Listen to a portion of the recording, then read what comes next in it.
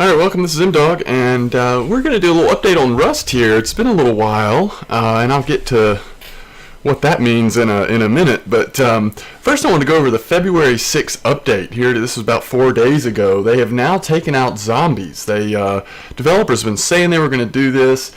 There was some, I guess, feedback like, no, we like the zombies, but the plan apparently all along has been to take out the zombies. They didn't want to be known, or they want to distinguish themselves from a zombie horror game. So anyway, they're basically just saying, we've done it, we're going to go ahead and deal with this situation now. And they've replaced them with red bears and wolves. Those are just temporary as well. I mean, I think they basically took the zombies out to go ahead and address that plan that they have for the game, so that they would not continue to hear the feedback of, no, we want to keep the zombies. They're committed to it, so they went ahead and did it.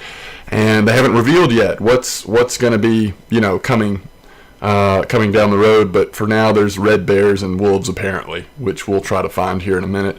Also, wildlife was improved. They're, I guess, more fearful. They react differently to the environment around them, to gunshots. If it can't find a path to you, supposedly the wildlife will now retreat, where before you could kind of get in a spot where they couldn't get to you and easily take down even bears and stuff.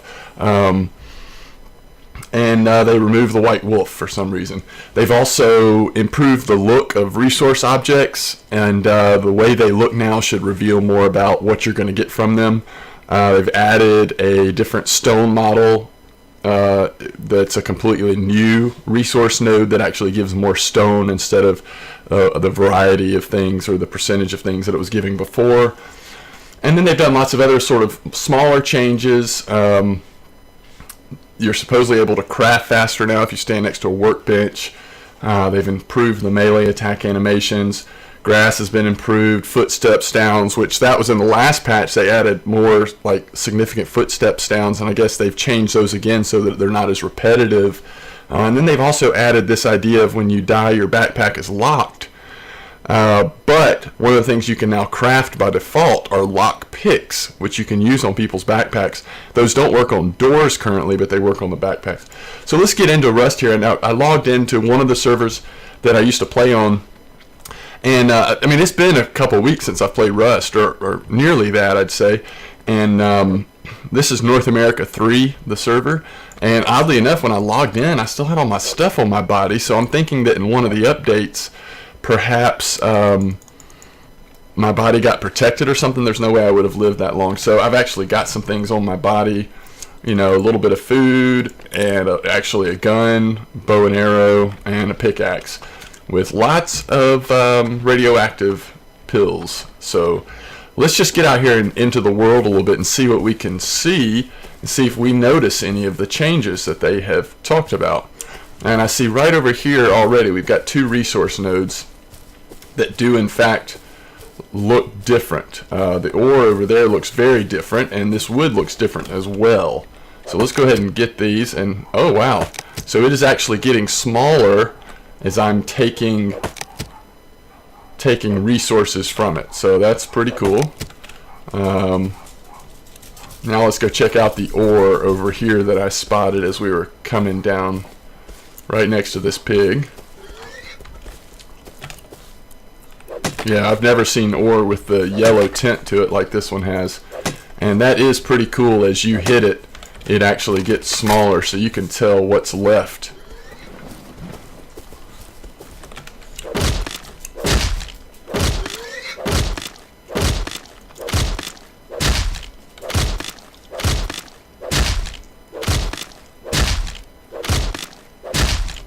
Pig didn't get smaller, but might be a little gross if the pig got smaller.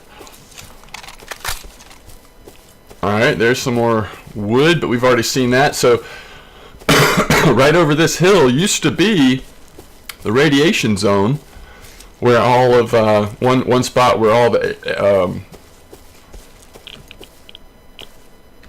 zombies were. And wow, this has really changed. They have added this huge rock formation in here. It looks like they still have the crates in the same location, it would appear. And that crate had nothing in it. Thanks for that. So let's go around the edge here and see what's actually inside. So I still hear the radiation ticking away, but having some difficulty just getting around these rocks here. Wow. And I did notice in the change log there was something about the oil field having changed. So we have some leather on. We don't have a helmet on. Just trying to see how much protection we had. Okay, well I am not seeing any. They're the oil tankers, so we are in the right spot, but they have added a lot of cover to this area. Very interesting.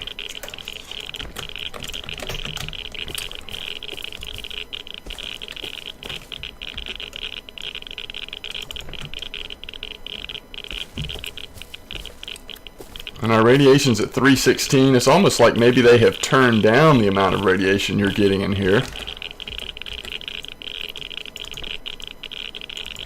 Still doing that thing where for a second, sometimes when you open a crate, you see all 9mm ammo.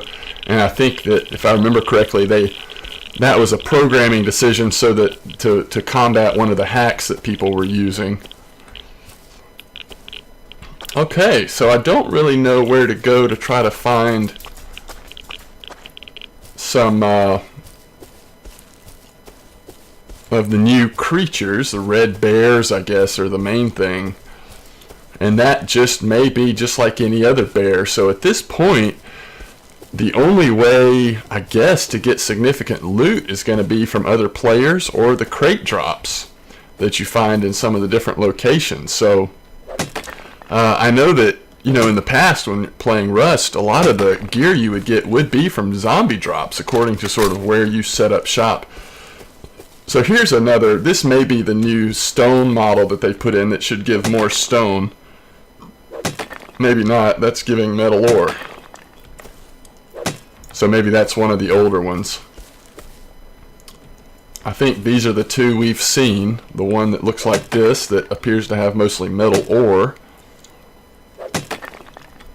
with a little bit of stone here at the end, and then this one that should have more sulfur based on the look of it. Yeah, that's the first thing we got was sulfur, and there's some stones, more stones, and a little bit of metal ore. And I'm seeing in chat, even though this patch has been out for a few days, there's people talking about them getting rid of the zombies and not necessarily liking that change. But I think the developers knew that that was not going to be the most popular of changes that they were going to make. So they wanted to go ahead and do it, bite the bullet, stick to what their plan is, their vision for the game, which you can admire, I think. Although, honestly, I'll miss not having zombies in Rust as well. Hopefully whatever they come up with will be really cool. Some sort of bandits or something that will make sense in this world and kind of replace the void that taking zombies out have created. Alright, so this is the hangar. Oh, I see a red bear right up there. We'll go through the hangar and then take a left and go over to where that bear is. People have just built up all in this hangar. So the normal structures are here and other structures are added to it. Alright, let's go check out this bear and hit it with a bow and maybe do some firing with our gun as well. And what I was curious of was, does red bear just mean a bear with red fur, or is it some sort of radiation bear? Look, there's the wolf too. They're all red. So let's go ahead and... Oh, whoa, whoa, whoa, lag. Big time lag there. Wow. Rubber banding. And that may have to do with just the amount, because as I've been running around, I've noticed there are tons of structures on this server. Even though there aren't that many people playing currently, the amount of structures may be adding to the server load and the rubber banding that's happening. So let's see what's going on with these red animals. Oh, they actually dropped something. Look at that. So the red creatures did literally take the place of the zombies in the sense that that's still where you can get loot. Now let's see if we can also get meat off of them like you would a normal wolf. Yeah, it appears as you can. So though the numbers may not be the same, I mean, we didn't see any zombies, I mean, any animals over there where those zombies used to be. Oh, we're out of arrows.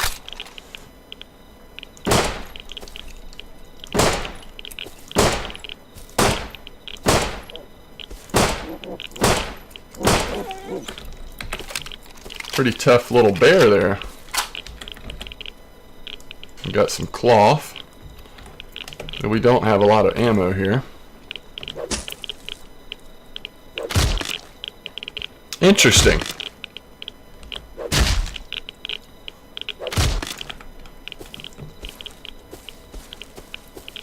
Okay.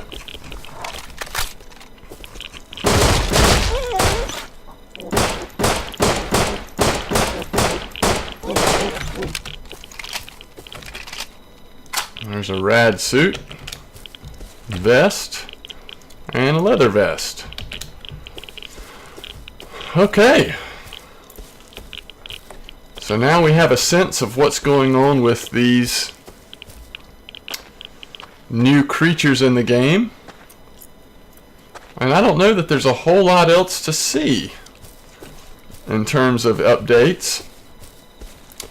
I think what I'll do is just attempt to get to a safe location here and then maybe just talk a little bit about Rust in general, and then we'll wrap this video up. I tell you, one major problem, somebody needs to go through here and just destroy all these shacks that are everywhere. That is really annoying. And if shack doors aren't getting opened or whatever, they may need to increase the timer on how fast and there's a normal bear, how fast the shacks go down. Because if someone's playing the game very much at all, they're not going to stay in one of those shacks for very long, and they are just littered everywhere.